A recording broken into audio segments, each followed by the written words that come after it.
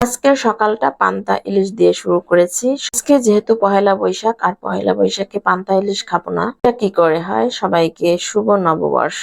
Everyone, আসসালামু আলাইকুম। সবাইকে ওয়েলকাম জানাচ্ছি আজকের ভিডিওতে।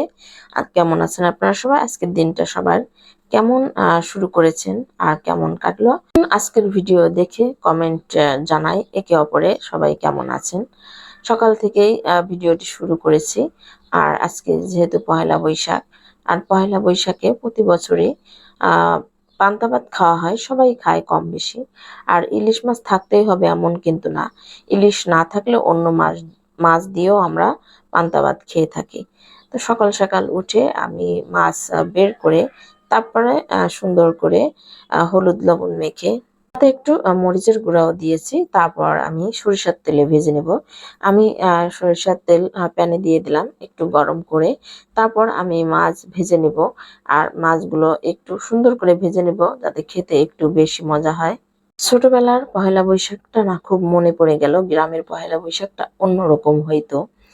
আর পহেলা বৈশাখের সেই আহ, ছোটবেলার দিনের কথা একদমই ভুলতে পারি না। সেদিনগুলো খুবই ভালো ছিল।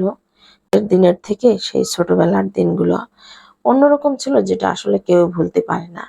যাই হোক, আমি মাছগুলো প্রায় ভাজি করা হয়ে গিয়েছে। এই পর্যায়ে আমি শুকনো মরিচ ভাজি করে নিলাম। আর হচ্ছে আমরা পান্তা ভাত খাওয়ার জন্য পেঁয়াজ কেটে নিয়েছি, আর মরিচগুলো ভেজেও নিয়েছি।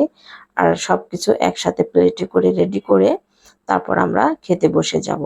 তো মাছগুলো একটু মচমচা করে ভেজেছি, বেশি মচমচাও করি না, হালকা একটু নরম হালকা মচমচা সেম এরকম করে ভেজে নিয়েছি। তো আমি প্লেটে করে সব কিছু একসাথে সাজিয়ে নিচ্ছি। আর পান্তা ভাতের সঙ্গে শুকনো মরিচ পেঁয়াজ আর সাথে তেল তো থাকতেই হবে। ভেজে নেওয়া ইলিশ মাছের যে তেলটা, এটা না হলে পান্তা ভাত খাওয়া একদম অসম্পূর্ণ থেকে যাবে। এটাই হচ্ছে আসল স্বাদ বাড়িয়ে দেবে। তারপর আমি একটু তেলও তুলে নিলাম। আর এই তেলটা একটু গরম ছিল, যার কারণে একটু সাবধানে তুলছিলাম। তারপর তো সবকিছু কমপ্লিট। একটু প্লেটে আমি সাজিয়েও নিয়েছি, শুকনো মরিচ মচমচে করে ভেজে নিয়েছি। আর সবাই একসাথে আমরা বসে খেয়ে নিব। আর প্লেটে একটু ভাত, পান্তা ভাত একসাথে বেশি করে নিয়েছি। আমার ছেলে এবং আমি এক প্লেটে খেয়ে নেব। আর অন্যান্যরা আলাদা আলাদা প্লেটে করে খেয়ে নিবে।